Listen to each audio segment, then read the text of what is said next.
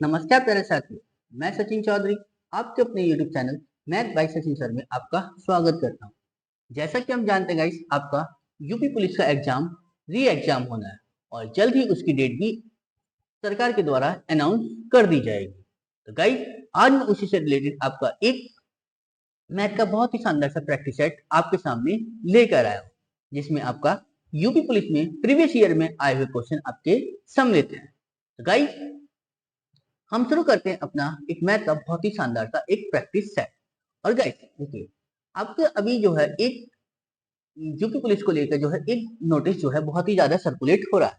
तो देखिए गाइस, अभी तक भर्ती बोर्ड ने इसको जो है इग्नोर कर दिया है, ठीक है ना, और बता दिया है क्या कि अभी उनका जो है कोई ऐसा नहीं है, ठीक है, कि जो डेट 29 और 30 जून को बताई गई थी, अभी तक उस डेट को लेकर कोई भर्ती बोर्ड ने मना कर दी गई है। तो जैसी कोई डेट होगी आपको तुरंत इन्फॉर्म कर दिया जाएगा। बट गाइस, आपको ये भी चीज ध्यान रखना है कि आपको भर्ती बोर्ड ज्यादा टाइम आपको एग्जाम के लिए नहीं देगा, ठीक है ना। तो इसलिए आपको जो है अपनी तैयारी अभी से करनी है, ठीक है, ताकि आपको जितना भी टाइम मिले आप अच्छे से तैयारी कर सको, ठीक है ना। बस आपको उस समय ये ना लगे कि हाँ थोड़े दिन और मिल जाते तो तैयारी अच्छी होती है, क्योंकि दोबारा दोबारा मौका नहीं मिलेगा, ठीक है ना गाइस। तो चलिए हम शुरू करते हैं अपना एक मैथ का बहुत ही शानदार सा प्रैक्टिस सेट। देखिए गाइस, क्या बताया गया हमसे कि एक व्यक्ति ने स्टेशन ए से स्टेशन बी तक 40 किलोमीटर पर घंटा, ठीक है ना, और बी से ए तक 30 किलोमीटर पर घंटा की दूरी तय की और पूरी यात्रा में उसे जो है 6.2 घंटे लगे, ठीक है ना। तो ए और बी के बीच की दूरी पूछी कि दूरी कितनी। तो देखिए गाइस, यानी ये डिस्टेंस है ए से बी, ठीक है ना, ये गया 40 की स्पीड से गया, 40 किलोमीटर पर घंटे की स्पीड से गया और 30 किलोमीटर पर घंटे की स्पीड से वो वापस आया। मतलब गया तो था वो 40 की स्पीड से है और आ गया 30 किलोमीटर पर घंटे की स्पीड। तो देखिए, तो मैंने बोला कि डिस्टेंस अगर डी है तो डी डिस्टेंस अगर 40 किलोमीटर पर घंटे की स्पीड से गया होगा, कुछ तो टाइम लगा होगा, प्लस वही दूरी है, वापस आया है, डी दूरी 30 किलोमीटर पर घंटे की स्पीड से है। इस पूरी प्रक्रिया में मतलब जाने और आने में उसको टोटल टाइम लगा कितना गाइस, 6.3 घंटे। क्लियर है ना। तो चला देखिए कितना बनेगा। ऊपर एलसीएम कितना, नीचे एलसीएम कितना हो जाएगा, 40 गुना 30, ऊपर कितना हो जाएगा ये गाइस, 30d प्लस 40d बराबर 6.3। बस सॉल्व कर लो जरा गाइस, कितना हो जाएगा, ये हो जाएगा 70d अपॉन में 40 गुना 30। अभी सब गुणा मत करो, बस ऐसे ही रहने दो, 6.3, ठीक है ना। पॉइंट हटेगा गाइस, क्या जीरो बढ़ जाएगा नीचे। चलिए देखिए, ये जीरो से तो ये वाला जीरो खत्म, ठीक है, और ये वाला जीरो से ये वाला जीरो खत्म। क्लियर है ना। तो 7 7 और 7 9 63। क्लियर है। तो कितना हो जाएगा ये, 4 तिया 12, 12 की गुणा बस 9 से कर दो इसकी, तो दूरी निकल कर आ जाएगी। कितनी आ जाएगी, 12 गुणा 9 का मतलब कितना हो गया, 12 नम्मा 108। तो यानी डिस्टेंस कितनी आई गाइस, 108 किलोमीटर, ठीक है ना। तो यानी जो ए और बी के बीच की दूरी थी वो कितनी थी, 108 किलोमीटर की, ठीक है ना। यानी ऑप्शन बी इसका क्या हो जाएगा गाइस, करेक्ट आंसर। समझ में आया ना इतनी चीज। चल अगला देखते हम, देखिए क्या कहा हमसे कि 7 वर्ष पहले ए और बी की जो आयु का अनुपात है वो 4:5 है। 7 वर्ष पहले, तो ए अनुपात बी की वैल्यू कितनी दी है, 4:5, और वो भी कितने वर्ष पहले थी, 7 वर्ष पहले की बात कर रहा है, ठीक है। आगे क्या कहा कि 8 वर्ष बाद ए और बी की जो आयु का अनुपात है वो 9:10 है। ये 8 वर्ष बाद की बात कर रहा है। 8 वर्ष बाद कितना है, 9:10। तो टोटल टाइम कितना हो गया, ये 8 वर्ष बाद, ये 7 वर्ष पहले, तो टोटल टाइम हो गया 8 और 7 15, 15 साल का। चलो यह देखो, इन दोनों को घटाओ तो क्या आना चाहिए कि रेशियो जो वैल्यू आई वो बराबर आनी चाहिए। देखो क्या बराबर आ रही है, 9 में से 4 गए 5, 10 में से 5 गए 5, ये 15 गए, तो यहाँ से एक की वैल्यू निकाली, 5 ही कम 5, 5 ही कम 5 और 5 दिया 15, यानी एक की वैल्यू कितनी आ गई गाइस निकल के, 3। तो पूछा है हमसे कि उनकी वर्तमान आयु का अंतर कितना है। तो देखिए गाइस, हमें एक चीज याद रखना है क्या, कि उनकी वर्तमान आयु का अंतर पूछे या 7 साल पहले की पूछे या 8 साल पहले की पूछे, ठीक है ना, अंतर हमेशा बराबर होता है, ठीक है ना, कि जो उनका अंतर आज होगा वही अंतर उनका 10 साल बाद होगा और वही अंतर उनका 20 साल बाद होगा, यानी एज में अंतर कभी नहीं घटता बढ़ता, ठीक है ना। समझ में? अगर मैं कहूं कि 2% के बीच में अगर 2 साल का अंतर है, ठीक है, तो 10 साल बाद भी उनका 2 वर्ष का अंतर रहेगा और 20 साल बाद भी 2 वर्ष का अंतर रहेगा, ठीक है ना। तो बस हमें अंतर तो निकालना था, इन दोनों के बीच में कितने साल का अंतर है, 5 में से 4 गया 1, तो बस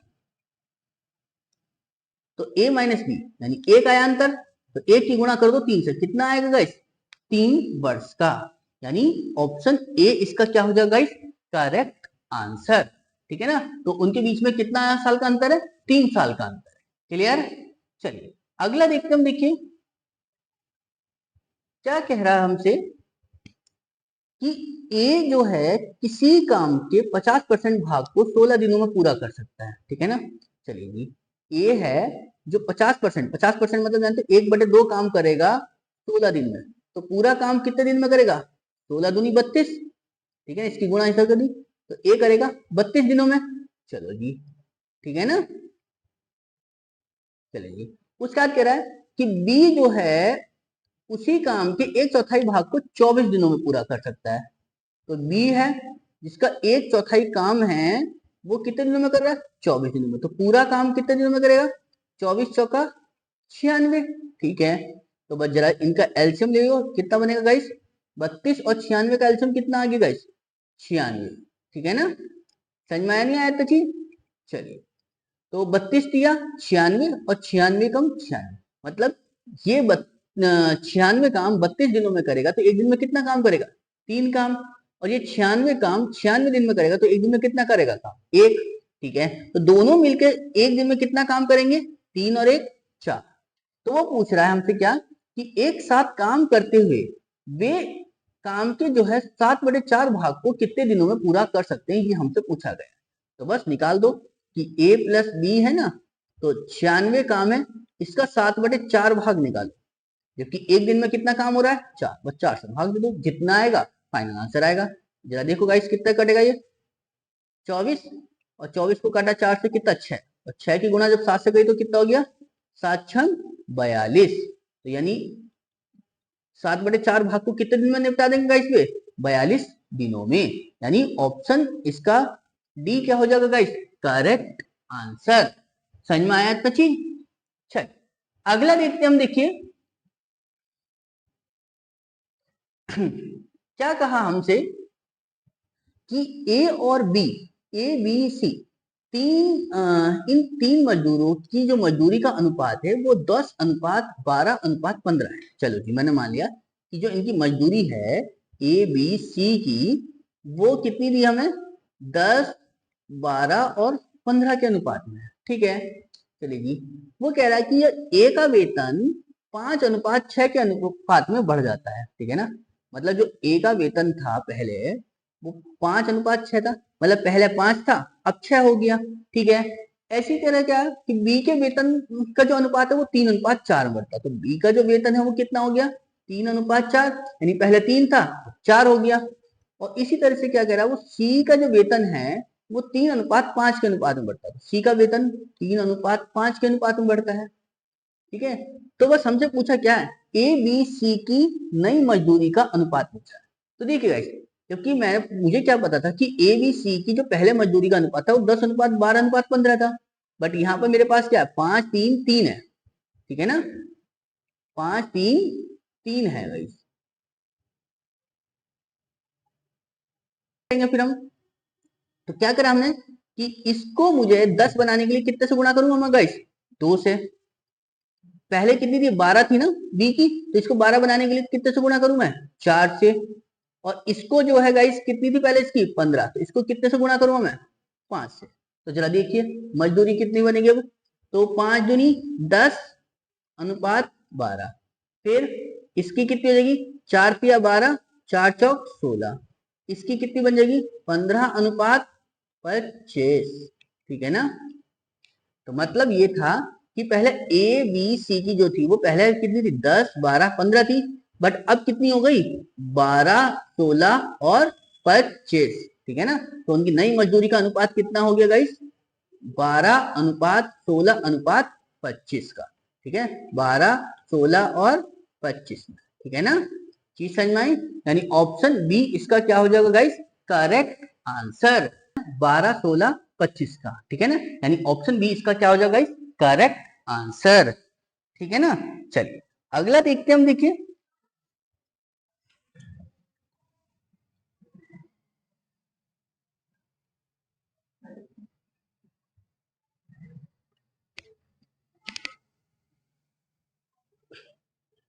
तो देखिए गाइस क्या बताया हमसे कि एक राइफल से जो है 2520 किलोमीटर पर घंटे की रफ्तार से एक गोली दागी गई, चलो जी दाग दी, और यह बताया कि यह 0.2 सेकंड तक लक्ष्य को हिट करती है, ठीक है। तो राइफल से लक्ष्य की दूरी पूछी कि कितनी है, ये हमसे पूछा गया, ठीक है ना। तो जरा देखिए एक चीज समझिएगा, हमें पूछा दूरी, तो दूरी बराबर क्या होता है गाइस, चाल गुणा समय, यही तो होता है। तो चाल कितनी है हमारे पास, 2520 किलोमीटर पर घंटा, और किलोमीटर पर घंटे को मीटर पर सेकंड में बदलना, तो 5/18 से गाइस, क्लियर। उसके बाद 0.2 है ना सेकंड, समय इतना आ गया, पॉइंट हटाओगे तो एक जीरो बढ़ जाएगा नीचे, तो ये जीरो से ये वाला जीरो खत्म। चल उसके बाद जरा काटो, जरा कुछ कट रहा हो तो गाइस, 2 एकम 2, 2 नम 18, काटो जरा, 9 एकम 9, 9 दूनी 18, बचा कितना गाइस 7, 9 अट्ठे 72, 28, बस इस 28 की गुणा कितने से कर दो, 5 से, तो कितना हो गया 28 पंजे 140, ठीक है ना। तो दूरी कितनी निकल कर आई,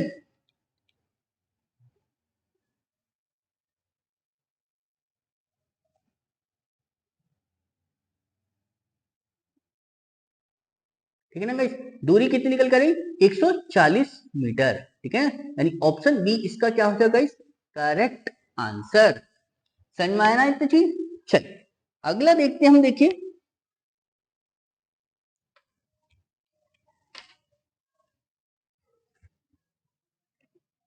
क्या बताया हमसे कि 36,000 रुपए की धनराशि को दो भागों में ए और बी में इस प्रकार विभाजित किया जाता है कि 15% वार्षिक दर पर ए और बी पर जो है क्रमशः 2 वर्ष और 4 वर्ष बाद साधारण जो ब्याज है वो बराबर बनता है। चलो जी, तो ए से प्राप्त कुल ब्याज पूछा था कि वो कितना है, ठीक है ना। तो जरा पहले तो यहाँ से ए और बी की अलग अलग राशि निकालो, तो देखो मैंने क्या बोला कि ए ने जो है 15% पर है और 2 वर्ष के लिए, ठीक है ना, चलो जो भी होगा बटे में 100 बराबर, बी ने, बी मिला उसको 15% पे ही था बट 4 वर्ष में था, ठीक है ना, बटे में 100, खत्म, तो ये 15 से 15 खत्म, दो दो दो दूनी 4, मतलब कहने का ये आया कि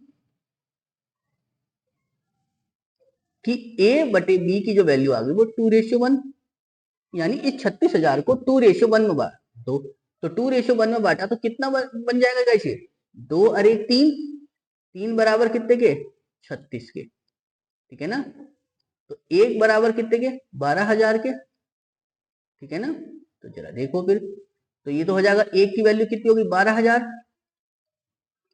और ये 12 दूनी कितने हो गए गाइस 24,000, ठीक है ना।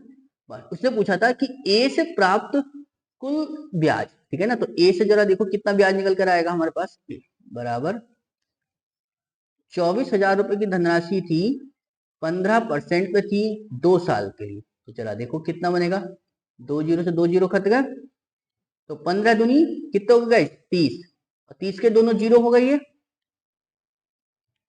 चलिए जी, और जी 24 दिया कितने हो गए गाइस 72, ठीक है ना।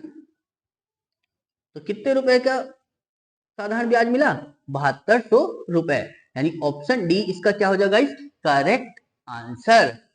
समझ में आया ना किसी, पहले हमने क्या निकाला कि दोनों की अलग अलग धनराशि, कि दोनों की धनराशि थी कितनी कितनी, तो पता चला मैं 2:1 में बांटी, तो 36,000 को जब 2:1 में बांटा तो कितना आया, एक के पास 24,000, एक के पास 12,000, ठीक है, तो उसने बस पूछा था हमसे कि एक को जो है ए से जो प्राप्त कुल ब्याज कितना था ये, तो ए के पास कितने धनराशि थी 24,000, तो 24,000 का 15% के हिसाब से 2 साल का ब्याज निकाल दिया हमने।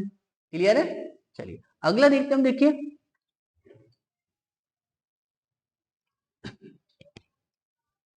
क्या बताया था इस हमसे अगले क्वेश्चन में कि साधारण ब्याज पर जो है किसी वार्षिक ब्याज दर से 4300 रुपए की धनराशि एक राशि जो है 2 वर्ष में बढ़कर तो हो गई 4644 रुपए, ठीक है ना।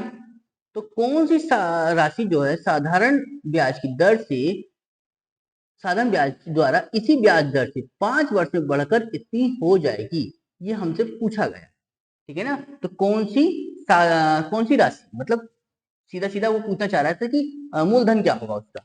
तो सबसे पहले तो हमें क्या करना है, इसका वो निकालो क्या कि रेट क्या था, कि जो 4300 रुपए से बढ़कर कितना हो रहा है 4600,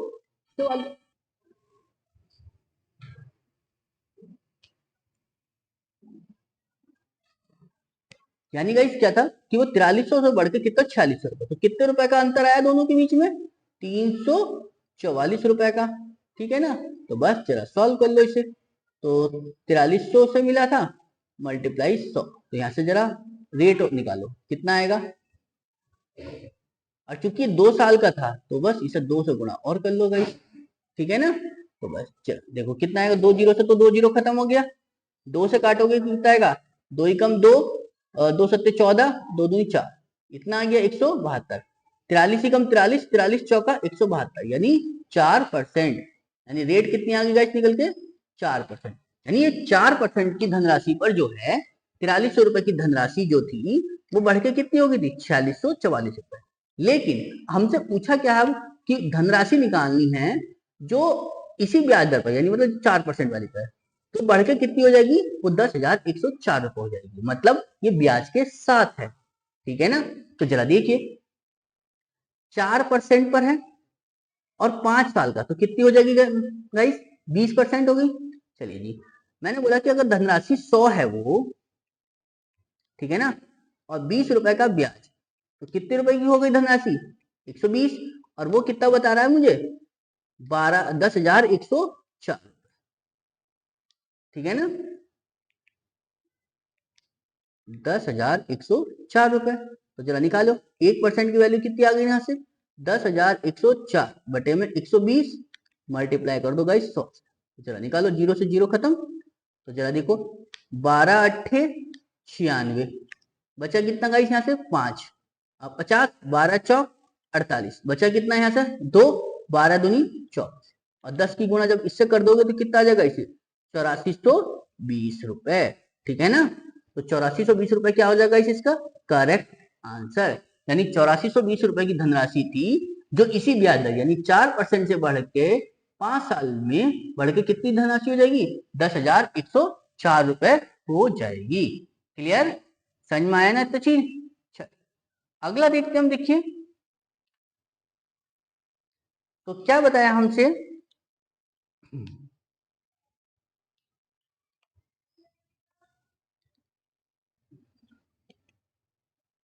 तो देखिए गाइस क्या बताया हमसे कि ए तथा बी ने 5:6 के अनुपात में कुछ राशि निवेश करी, ठीक है ना, निवेश करके जो है साझेदारी में एक बिजनेस प्रारंभ किया।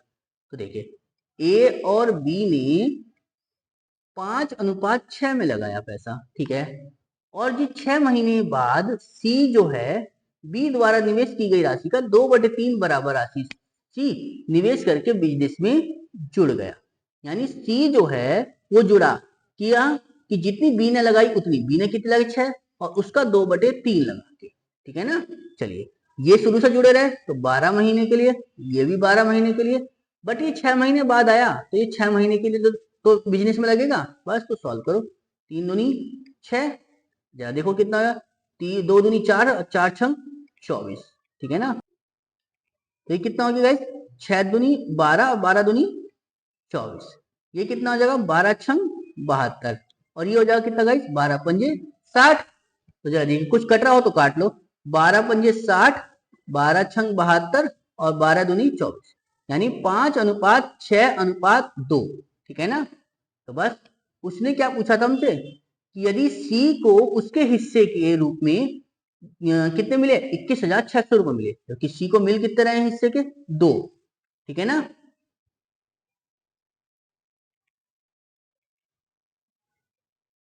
सी को कितने मिल रहे हैं गाइस, 2, और वो बता रहा है 2160 रुपए, 21,600, ठीक है। तो पूछा है कि वर्ष के अंत में उनका लाभ, लाभ कितना हो रहा है टोटल मेरे पास, 2 से भाग करो, 2 ही कम 2, 2 से काटो जरा कितना आएगा ये, तो 2 ही कम 2, 2 अट्ठे 16, 0,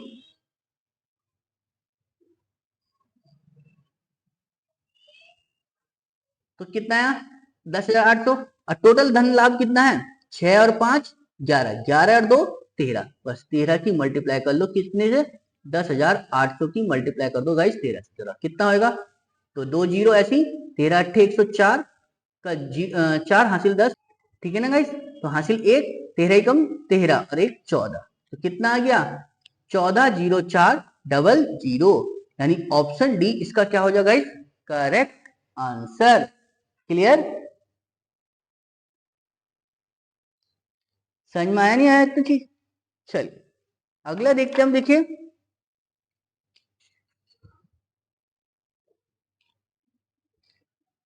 अगला क्वेश्चन देखते हैं हम, देखिए गाइस क्या बताया हमसे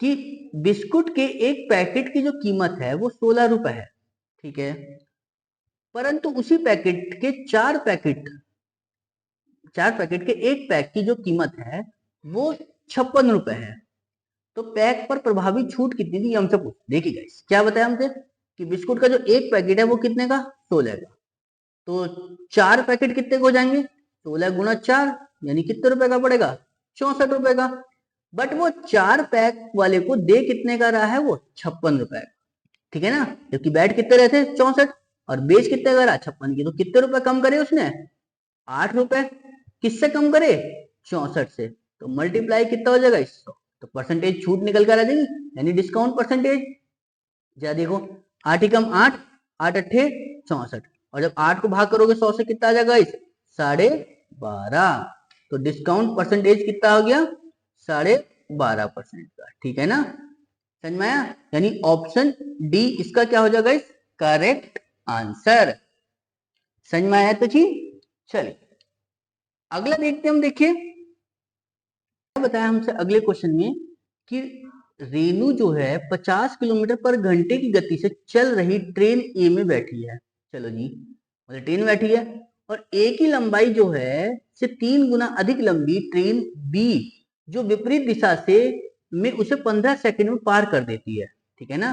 तो देखिएगा इस, यानी ए और बी 2 पर्सन है, चलिए ट्रेन ए की लंबाई 1 तो बी की लंबाई 3 होगी, ठीक है, चलिए, और ये 50 की स्पीड से जाती, जबकि ट्रेन बी की जो गति है वो 58 किलो पर घंटा थी, तो ट्रेन ए की लंबाई पूछी, देखिए गाइस ट्रेन ए की जो लंबाई होगी वो तो ट्रेन, इसको हम क्या लेंगे, क्यों, क्योंकि जो ट्रेन बी है वो रेनू को पार कर रही है, ठीक है ना, ट्रेन को पार नहीं कर रही, रेनू को पार कर, और जब ट्रेन किसी व्यक्ति या पर्सन को पार करती है तो सिर्फ ट्रेन की लंबाई होती है, और ट्रेन की लंबाई कितनी है ट्रेन बी की, वो 3x है, तो दूरी बराबर क्या होता है गाइस हमारे पास,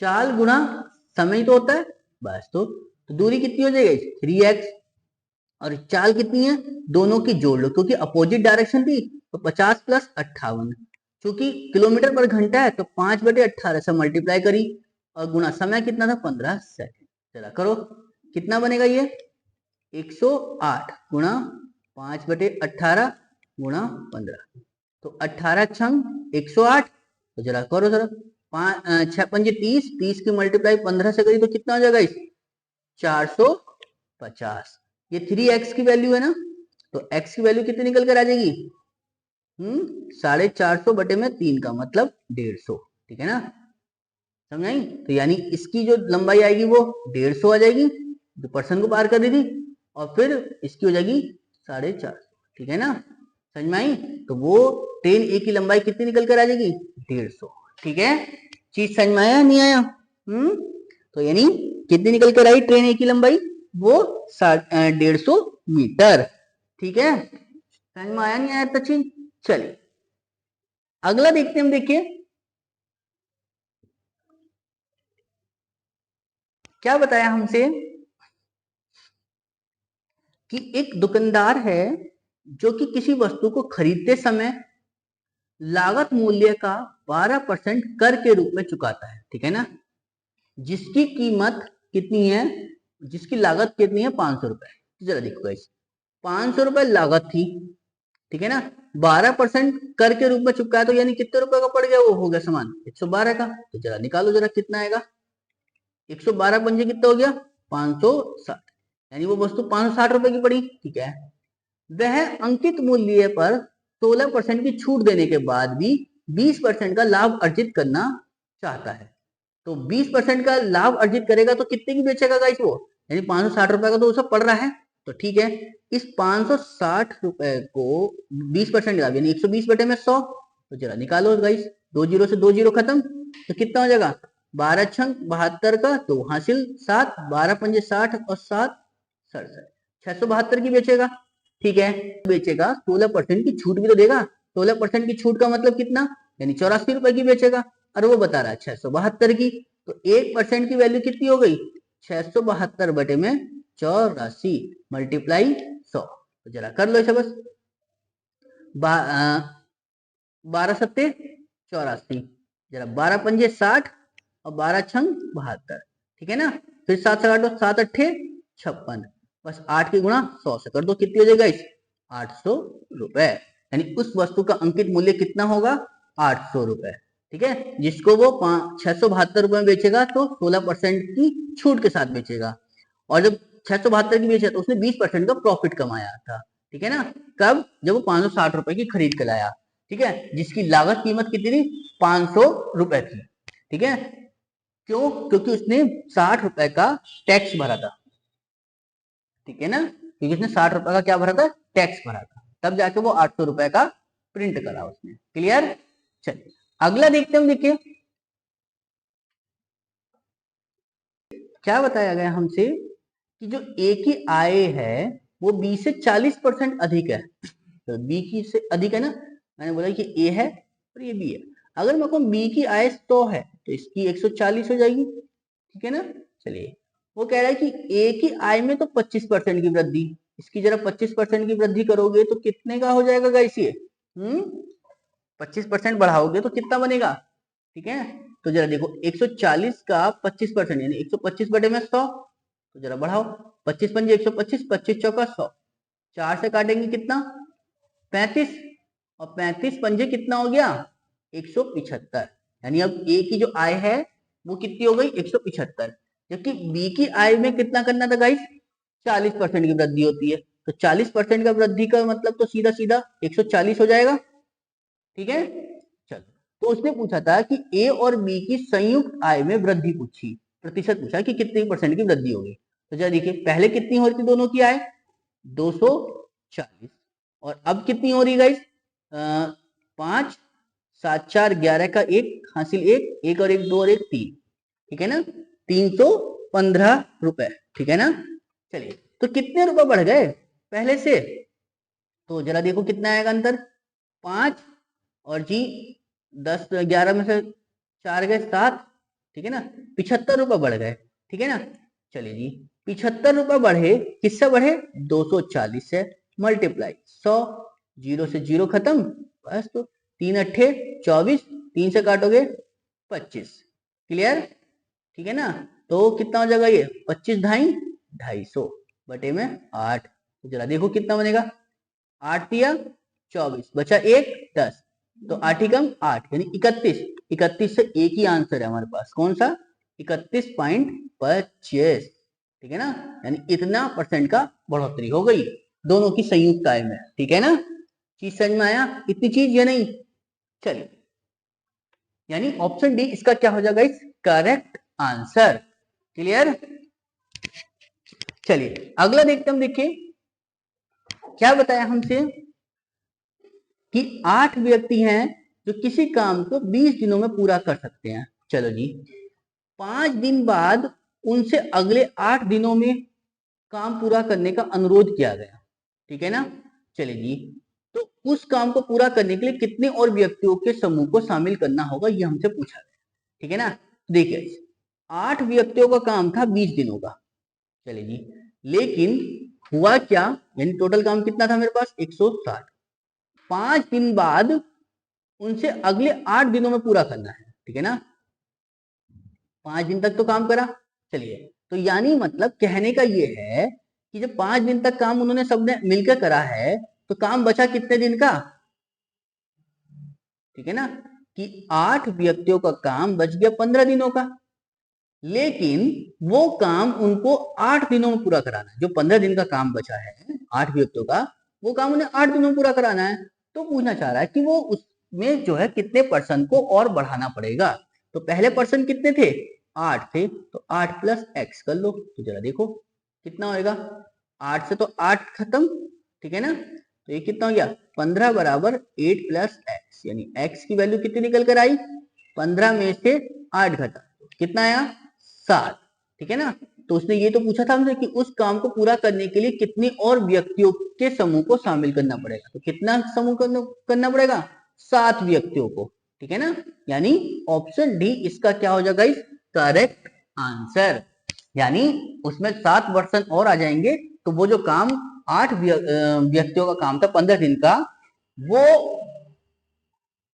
वो अब जो है 8 दिनों में नहीं बढ़ जाएगा, ठीक है ना। समझ में आया तो चीज। चल अगला देखते हम, देखिए क्या बताया हमसे कि यदि किसी भिन्न के अंश में 60% की वृद्धि और हर में 40% की वृद्धि होती है, ठीक है ना।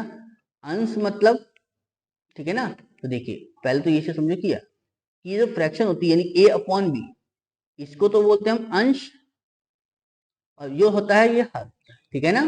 चलिए, तो अब वो कह रहा है कि अंश और हर, अंश में तो कह रहा है 60% की वृद्धि, 60% का मतलब 160, और हर में कह रहा है 40% की वृद्धि, तो कितना हो गया ये 140, ठीक है ना। तो भिन्न कितनी हो रही है गाइस, 16 बटे में 63, ठीक है ना। तो पूछा परिणाम, तो वो भिन्न क्या थी, ठीक है ना। तो जरा देखो, 0 से तो 0 खत्म, 16 से 16 खत्म, हाँ खत्म, तो 7 दूनी 14 और 7 नम 63, ये दो को मैं ऊपर पहुंचा दूं तो कितना आ जाएगा मेरे पास, a अपॉन बी की वैल्यू कितनी हो गई 2 बटे में 9, चलेगी, कितना आ गया आंसर, यानी वो भिन्न क्या थी 2 बटे 9 थी, यानी ऑप्शन सी इसका क्या हो जाएगा करेक्ट आंसर, यानी वो पहले भिन्न क्या थी 2 बटे 9 थी, जो बाद में बढ़ के कितनी हो गई थी 16 बटे 63, क्लियर।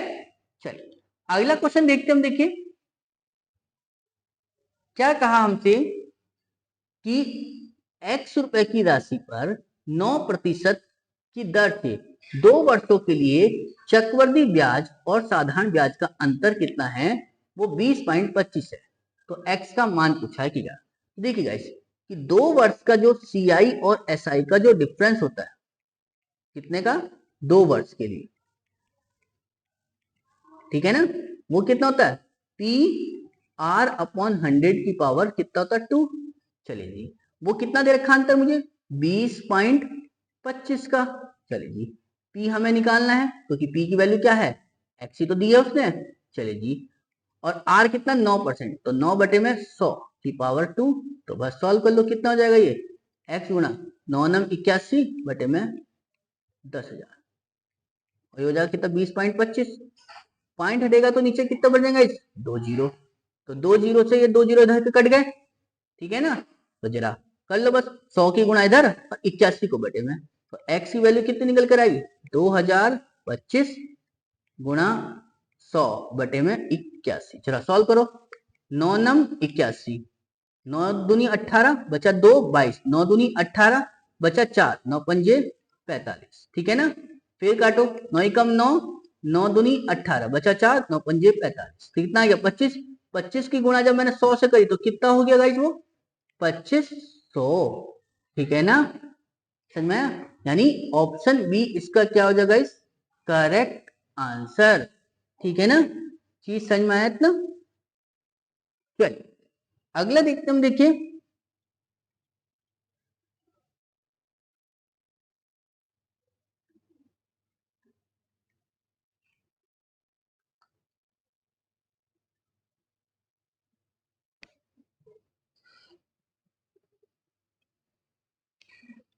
क्या बताया हमसे कि एक गोलाकार ट्रैक की आंतरिक और बाहरी त्रिज्या, ठीक है ना, क्रमशः बताइए 29 मीटर और 23 मीटर, जिसको 7 रुपए प्रति मीटर स्क्वायर की दर से ट्रैक को समतल कराने की लागत पूछी कि कितनी लागत है।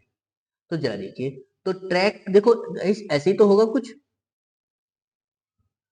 ये है और ये, ठीक है ना, ये इसका केंद्र है सेंटर का, यानी यही वाला हिस्सा तो उसे कराना होगा समतल उसे, ठीक है ना। क्यों? क्योंकि इसने इसकी बाहर वाले की तो त्रिज्या बताई है 29, ठीक है ना, और अंदर वाले की त्रिज्या कितनी बताई है 23 की, ठीक है ना। तो कैसे निकालोगे इतने एरिया का क्षेत्रफल? तो बाहर वाले क्षेत्रफल से अंदर वाले का क्षेत्रफल माइनस कर दो। तो कैसे करेंगे देखो जरा गाइस, तो क्षेत्रफल जो निकल के आएगा वो कैसे निकल के आएगा, पाई, ठीक है ना। अब बाहर वाले का जो क्षेत्रफल है वो बाहर वाले को बोल दो आर स्क्वायर, और अंदर वाले को बोल दो छोटा आर, ठीक है ना।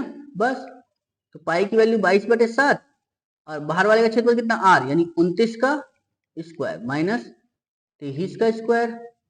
चलो जरा निकालो जरा पहले यहां से, 22/7 गुणा ये या तो इनके जोड़ लो या इनको क्या कर लो, एक बार जोड़ लो एक बार घटा लो। क्यों?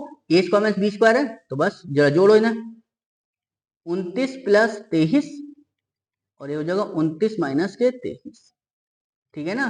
तो बस हमारे यहाँ जो है 22/7 गुणा 9 3 12 का 2 हासिल 1 2 2 4 और 1 5 52 गुणा ये कितना हो जाएगा 6, और उसको कितने रुपए में था 7 रुपए, तो बस 7 से मल्टीप्लाई कर दो, 7 से 7 खत्म।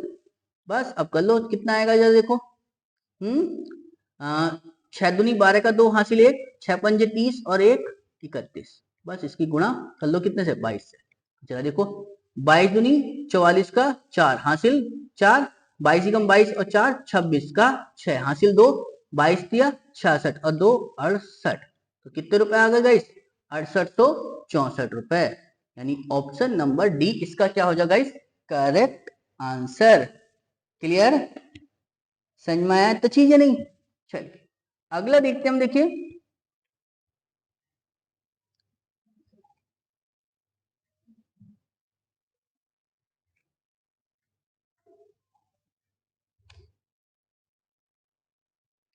देखिए गाइस क्या कहा हमसे कि यदि 6 अंकों की संख्या है जो 4x573y, ठीक है ना, 4x573y संख्या 72 से विभाज्य है, 72 से है।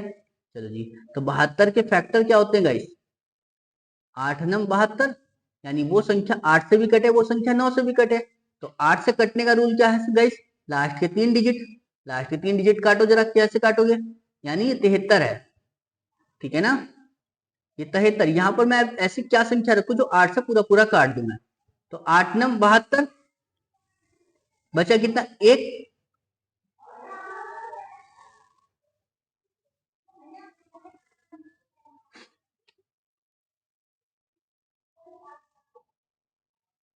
ठीक है ना, बचा एक। अब मैं यहाँ पर y की वैल्यू से कम क्या रखू जो कट जाए पूरा पूरा, तो कितना रखूंगा 6, तभी तो 8 में 16 होगा, तो y की वैल्यू कितनी हो जाएगी गाइस 6, ठीक है ना।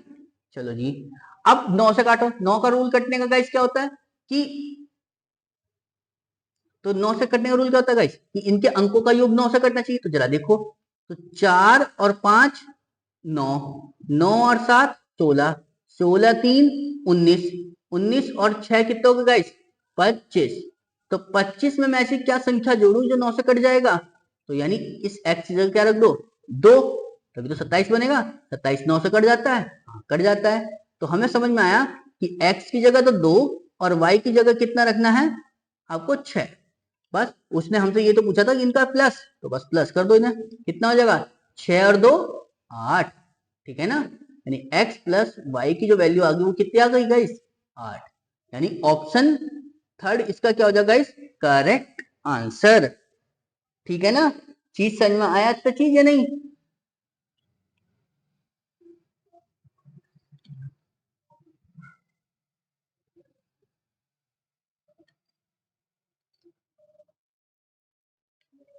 तो चलिए गाइस अगला देखते हम, देखिए क्या कहा गया हमसे कि यदि एक्स वाई जेड अभाज्य संख्या है और x plus y plus z की वैल्यू कितनी है गाइस? 38। ठीक है ना, ध्यान से समझना जरा गाइस। देखो x plus y plus z की वैल्यू कितनी है? 38। तो हमसे पूछा x का अधिकतम मान क्या होगा। क्लियर है ना? तो जरा देखिए अब किन्हीं भी तीन संख्याओं का जो योग है और वो भी अभाज्य संख्या है, ठीक है, एक सम संख्या तब होती है जब उसमें एक क्या हो? एक सम संख्या हो। ठीक है, तो जरा देखिए, और x का मान हमें क्या रखना? ज्यादा से ज्यादा। तो देखिए, तो मैंने क्या करा कि मुझे पता है z को जो है सबसे छोटी अभाज्य संख्या क्या रखती है? 2। ठीक है ना, समझ में आ गई? चलिए, और y को हम क्या रखें? ठीक है, y को क्या रखें फिर हम? y को रखें हम 3। समझ में आया? क्लियर है? क्योंकि हमें पता है सबसे छोटी अभाज्य संख्या क्या होती है? 2। ये तो हम रख लेंगे आराम से। और फिर उसके बाद में y की वैल्यू कितनी है? 3। तो x की वैल्यू कितनी होगी फिर हमारे पास? 3 और 2 5, यानी ये 33। ठीक है ना, उसने हमसे x का तो अधिकतम मान पूछा था, तो x का मान अधिकतम क्या आ गया? 33। यानी ऑप्शन सी इसका क्या हो जाएगा गाइस? Correct answer. ठीक है ना, अब कहोगे सर जी दो तो एक सम संख्या है, दो एक सम संख्या है, बट सबसे छोटी अभाज्य संख्या भी तो यही है। सबसे छोटी अभाज्य संख्या, अभाज्य संख्या भी तो यही है, तो इसलिए हमने इसे 2 को लिया। क्लियर है ना? चीज समझ में आएगी इतनी चीज? चल अगला देखते हम, देखिए क्या कहा हमसे कि निम्नलिखित में से कौन सी संख्या 7, 11, 13 से पूर्णतः विभाज्य है? तो 7, 11, 13 से पूर्णतः विभाज्य होगी, कौन सी होगी? 7, 11, 13 का पहले क्या करो? अब एलसीएम। तो एलसीएम कैसे निकलेगा गाइस? ये तो पूरा पूरा अपने आप में गुणा हो जाएगी, क्योंकि 7 से कटेगा, 11 नहीं कटेगा, 13।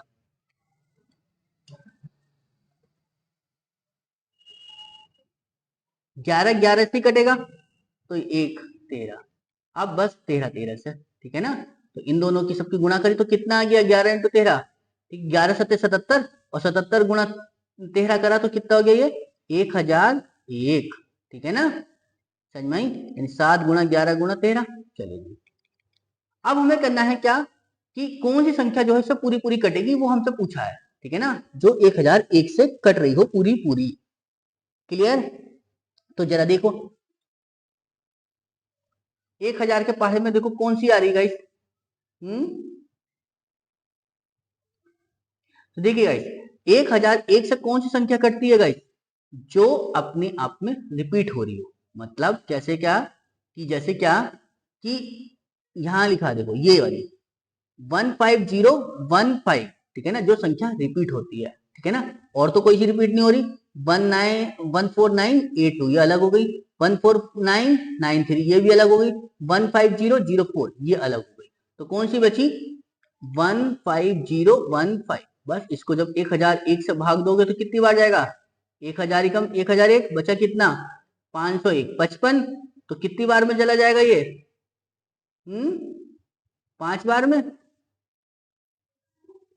15 बार। ठीक है ना, तो ऑप्शन डी इसका क्या हो जाएगा गाइस? Correct answer. क्लियर है?